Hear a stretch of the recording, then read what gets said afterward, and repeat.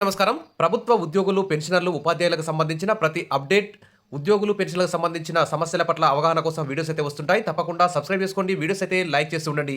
ఇక వివరాల్లోకెళ్తే ఫిబ్రవరి 3వ వారంలో అసెంబ్లీ బడ్జెట్ భేటీ ఉంది తెలంగాణలో.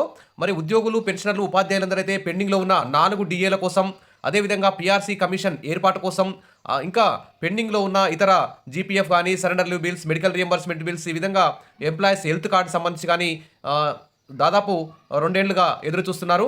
వేల కోట్ల బకాయిలైతే ప్రభుత్వం పడింది. ఏ రాష్ట్రంలో లేని విధంగా తెలుగు రాష్ట్రాల్లో మన తెలంగాణలో ముఖ్యంగా 4 డీఏలు పెండింగ్‌లో ఉండడం గమనార్హం. ఉద్యోగులైతే చాలా అసంతృప్తితో ఉన్నారు. మరి సందర్భం వచ్చినప్పుడే ప్రభుత్వం మీద ఒత్తిడి తీసుకురావాల్సినటువంటి అవసరం ఉంది. ఇక ఉద్యోగులు, ఉద్యోగ సంఘాల మీద అయితే ఒత్తిడి తీసుకొస్తున్నారు. ఉద్యోగ సంఘాల జేఏసీ కూడా ప్రభుత్వం మీద ఒత్తిడి అయితే తీసుకొస్తుంది. ఇక క్షేత్రస్థాయిలో ఉద్యోగులు యొక్క కోరికలు, వారి కోరికల్ని తీర్చడానికి ఆర్థికపరమైన సమస్యలు దాదాపు 50 యొక్క డిమాండ్‌లయితే ఉన్నాయి.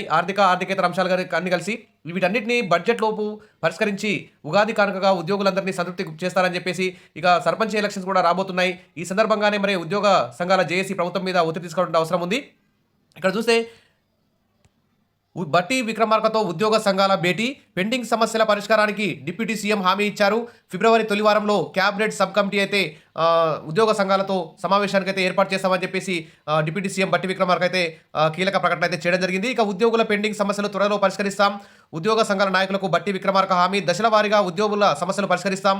వెంటనే క్యాబినెట్ సబ్ కమిటీతో సమావేశం నిర్వహిస్తామని చెప్పేసి టీఎన్జీఓ కేంద్ర సంఘం అధ్యక్షుడు మారం జగదీశ్వర్, ప్రధాన కార్యదర్శి ముజీబ్ హుస్సేన్ అయితే ప్రకటిస్తున్నారు. మరి ఉద్యోగుల న్యాయమైన కోరికలను ప్రభుత్వం దశల వారీగా పరిష్కరిస్తున్నామని రాష్ట్ర డిప్యూటీ సీఎం మల్లు బట్టి విక్రమార్క పేర్కొన్నారు. ఇక పెండింగ్ సమస్యలను వచ్చే ఫిబ్రవరి మాసంలో మొదటి వారంలో క్యాబినెట్ సబ్ కమిటీ సమావేశం ఏర్పాటు చేసి ఉద్యోగ సంఘ నాయకులు ప్రస్తావించిన సమస్యలను చర్చించి నెరవేర్చడానికి కృషి చేస్తామని భరోసా ఇచ్చారు. ఈ విషయంలో ఎవరు కూడా ఆందోళన చెందాల్సిన పని లేదని అభయం ఇచ్చారు. కానీ ఇప్పటికి నవంబర్లోనే క్యాబినెట్ సబ్ కమిటీ ఉద్యోగ సంఘాలతో మీటింగ్ ఏర్పాటు చేస్తామని చెప్పారు. నవంబర్ అయిపోయింది, డిసెంబర్ అయిపోయింది, జనవరి కూడా అయిపోవస్తుంది. ఇక ఫిబ్రవరి రావస్తుంది. ఇక బడ్జెట్ సమావేశాలు కూడా దగ్గర పడుతున్నాయి. బడ్జెట్ సెషన్లో అసెంబ్లీ కూడా సమావేశాలు కూడా నడుస్తున్నాయి. మరి కనీసం ఆ బడ్జెట్ సమావేశాల్లోనైనా మరి ఉద్యోగులకు సంబంధించి ఆర్థిక శాఖ ఎంత నిధులు అవసరమవుతాయి, వారి యొక్క పెండింగ్ డీఏలు 4 డీఏల విడుదలకు కానీ, పీఆర్సీ కమిషన్ ఏర్పాటుకు సంబంధించి కానీ, ఇతర పెండింగ్ బిల్లుల మంజూరు కానీ ఎంత బడ్జెట్ అవసరమవుతుందో ఆ బడ్జెట్ సంబంధించి మొత్తం నిధులు ఈ బడ్జెట్లో కేటాయిస్తారని చెప్పేసి ఉద్యోగులు అయితే ఆశతో ఎదురు చూస్తున్నారు. ఇక ఉద్యోగుల పెండింగ్ బిల్లులు మంజూరు చేయండి అంటూ ఉప ముఖ్యమంత్రి బట్టికి పీఆర్టీయూటీఎస్ వినతి పత్రం ఇవ్వడం జరిగింది. అదేవిధంగా ఎమ్మెల్సీ నర్సిరెడ్డి గారు కూడా మరి పెండింగ్ బిల్లులన్నింటినీ విడుదల చేయాలని చెప్పేసి ప్రభుత్వానికి లేఖ అయితే రాయడం జరిగింది. ఇక ఫిబ్రవరి 3వ వారంలో అసెంబ్లీ బడ్జెట్ భేటీ ఉంటుంది. కేంద్ర ప్రభుత్వం పార్లమెంటు బడ్జెట్ సమావేశాల తేదీలు కూడా ఖరారు చేయడంతో రాష్ట్ర ప్రభుత్వం కూడా మరి శాసనసభ మరియు ఉభయ సభల్లో బడ్జెట్ ప్రవేశపెట్టేందుకు అవసరమైన ప్రక్రియను అయితే వేగవంతం చేయాలని చెప్పేసి నిర్ణయించింది. ఇక పార్లమెంటు బడ్జెట్ సమావేశాలు ఈ నెల 31 నుంచి ప్రారంభిస్తున్న నేపథ్యంలో ఫిబ్రవరి 1న కేంద్ర ఆర్థిక శాఖ మంత్రి నిర్మలా సీతారామన్ బడ్జెట్ అయితే ప్రవేశపెట్టబోతున్నారు. దీనికి సంబంధించి మరి కేంద్ర బడ్జెట్ తర్వాతనే మన తెలంగాణ రాష్ట్ర బడ్జెట్ ప్రవేశపెట్టాలని చూస్తుంది. తర్వాత రాష్ట్ర బడ్జెట్కు తుది మెరుగులు అయితే రూపొందిస్తుంది. వివిధ శాఖలను వారీగా ఎంత బడ్జెట్ అవసరం ఉంది అనేటువంటి ప్రతిపాదనలు కూడా రెడీ చేస్తున్నారు. మంత్రులు, అధికారులతో ఉప ముఖ్యమంత్రి కూడా బట్టి విక్రమార్క గారు కూడా సమీక్షలు అయితే నిర్వహిస్తున్నారు. మరి తెలంగాణకు కేంద్ర బడ్జెట్లో భారీగా నిధులు కేటాయించే విధంగా ముఖ్యమంత్రి రేవంత్ రెడ్డి కేంద్ర మంత్రులు కలిసి వినతి పత్రాలు కూడా అందజేసిన విషయం తెలిసిందే.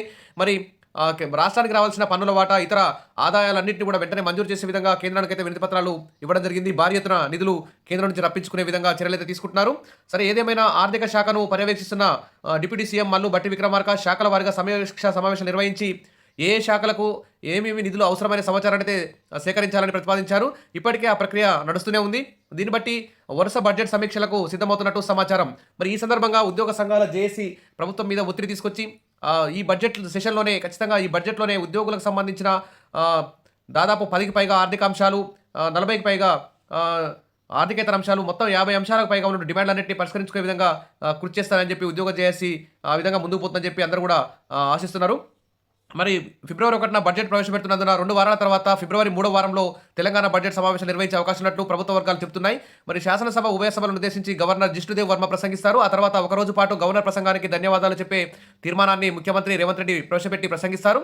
అనంతరం ప్రభుత్వం శాసనసభ, శాసన మండలిలో బడ్జెట్ ప్రవేశపెడుతుంది. వారం నుంచి 10 రోజుల పాటు అసెంబ్లీ బడ్జెట్ సమావేశం నిర్వహించే అవకాశం ఉన్నట్టు తెలుస్తోంది. సరే, ఏది ఏమైనా ఉద్యోగ సంఘాలు ఈ బడ్జెట్కు ముందే మరి క్యాబినెట్ సబ్ కమిటీతో ఉద్యోగ సంఘాల చేస్తూ మీ సమావేశం ఏర్పాటు చేసే విధంగా ఒత్తిడి తేవాలి. ఆ క్యాబినెట్ సబ్ కమిటీ సమావేశంలో మరి ఉద్యోగులకు సంబంధించిన ప్రతి ఆర్థికేతర సమస్యల్ని పరిష్కరించే విధంగా చర్యలు తీసుకునే విధంగా ప్రభుత్వాన్ని కోరాల్సినటువంటి అవసరం ఉంది. అప్పుడే ఉద్యోగులందరూ కూడా మరి ఇప్పుడు పెరిగిన ద్రవ్యోల్బణానికి, ధరల పెరుగుదలకి అనుగుణంగా పెండింగ్ డీఏలు విడుదల చేయాలని, తర్వాత పీఆర్సీ ఏర్పాటు చేయాలని, పెండింగ్ బిల్లు విడుదల చేయాలని అందరూ కూడా కోరుకుంటున్నారు. ఆ దిశగా తెలంగాణ ప్రభుత్వం ముందుకు పోతుందని చెప్పి 1000 కళ్ళతో ఎదురు చూస్తున్నారు. ఇక బడ్జెట్ త్వరలో ఉంది కాబట్టి ఉద్యోగ సంఘాల జేఏసీ ప్రభుత్వం మీద ఆహ్, ఒత్తిడి తీసుకొని ఆ ఉద్యోగుల ఆశలు, ఆకాంక్షలు నెరవేరుస్తారని చెప్పి ఆశిస్తున్నారు. ఇక ఇప్పుడు ప్రభుత్వం ఉద్యోగులకు చెల్లించేది పోయి ఇప్పుడు ఉద్యోగులే ప్రభుత్వానికి ఐటీ చెల్లించేటువంటి టైం కూడా దగ్గర పడింది. ఈ ఫిబ్రవరి నెలలో ఒక్కొక్కరు దాదాపు లక్షల్లో ఐటీ చెల్లించాలనే పరిస్థితి కూడా ఏర్పడుతుంది. ఇక ప్రభుత్వం మాత్రం వివిధ వర్గాల ప్రజలకి వారు అడగకుండా అనేక సంక్షేమ పథకాలను ఉచితంగా అమలు చేస్తూ ఉద్యోగుల్ని గాలికి వదిలేస్తున్నాయని చెప్పేసి ఒక అపవాదు రాకుండా స్థానిక సంస్థల ఎన్నికల ముందు తెలంగాణ ప్రభుత్వం కూడా ఉద్యోగుల ఆశలను, ఆకాంక్షలని, ఆర్థికేతర అంశాలన్నింటినీ సానుకూలంగా పరిష్కరిస్తుందని చెప్పి ఎదురు చూస్తున్నారు. మరి గుడ్ న్యూస్ వస్తుందని చెప్పి ఆశిస్తున్నారు. Wish all the best. Videos like చేస్తూ ఉండండి. సబ్స్క్రైబ్ చేసుకునే వారు ఉంటే సబ్స్క్రైబ్ చేయండి.